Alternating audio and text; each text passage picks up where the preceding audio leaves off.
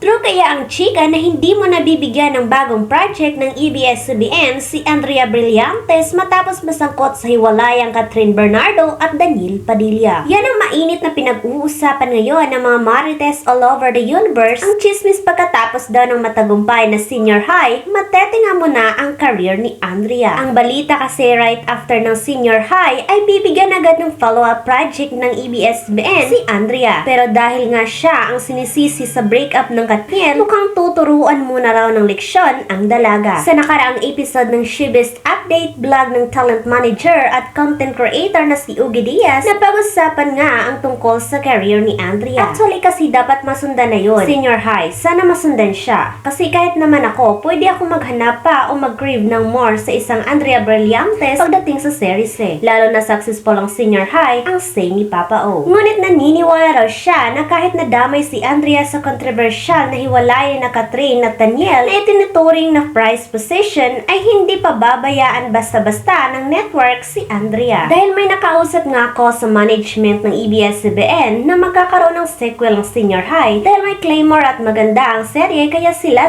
ulit ang mga bida. Revelasyon ni Papa O. Matinding pambabash at pangniniga ang inabot ni Andrea nang kumalat ang chika na siya ang third party umano sa breakup ng Katniel. Hanggang ngayon ay wala pa ring diretsahang pagdedeny o pag-amin na ginagawa ang mga taong involved sa isyong ito. At Andrea Brillantes sinisisi sa hiwalayan ng Katniel. Galit na galit ang mga netizens lalo na ang fans ng Katniel sa kapamilya actress na si Andrea Brillantes. Noong Nobyembre 30, binasag ni Catherine ang kanyang katahimikan at tuluyan ang kinumpirma ang paghihiwalay nila ni Daniel Padilla matapos ang 11 taong pagsasama. Kasabay nga ng pag-amin ni Catherine ukol sa kanilang breakup ay ang paninisi ng mga netizens lalong-lalo na ng mga fans ng Katniel kay Andrea na itinuturo nilang dahilan ng pagkatapos ng relasyon nila Kat at DJ. Sa katunayan, trending ngayon ang senior high stars sa dating o Twitter at inakasang mang-aagaw ng karelasyon. Catherine Bernardo, unfollowing and knowing those rumors but stayed quiet about it and didn't even defended Andrea Brillantes is a sign people stop saying Blythe is innocent when you all know she isn't. Saad ng isang netizen. May ilan pang nagsasabing ang pananahimik ng kapamilya actress sa kabila ng kanyang pagkakaugnay sa issue ay isang sinyalis na umano'y totoo ang chika. Comment naman ng isa, and we all known Blythe for being madada sa every issue that she's involved, Francet and Ricky, and also her friends, pero bakit tahimik sila ngayon? Were they really need to speak up about themselves? Hiling naman ng ibang netizens na magsalita na hingil sa issue sina Daniel at Andrea dahil hindi naman na raw obligasyon ni Catherine ang depensahan pa ang mga ito. Sana magsalita na din sina DJ at Blythe sa issue nila, not for anything, pero para maklear ang names nila sa mga bashers. Ang daming artista nang unfollow kay Blythe until now. Si Blythe pa rin ang tinuturong dahilan ng mga tao sa social media. Kawawa naman kung hindi totoo, sina isang netizen. Chika pa ng isa, may third party man o wala, hindi responsibility ni Catherine i-clear name ni Ate Girl. And also the fact, Kat and the circle unfollowed Andrea. I think it's Daniel's responsibility to speak. Sa ngayon ay wala pa rin inilalabas na pahayag o reaksyon ng kampo ng senior high star maging si Daniel ukol sa kanilang pagkakaugnay. Nananatili namang bukas ang bandera para sa panig, reaksyon o pahayag ng kampo ni Andrea at Daniel hingil sa issue.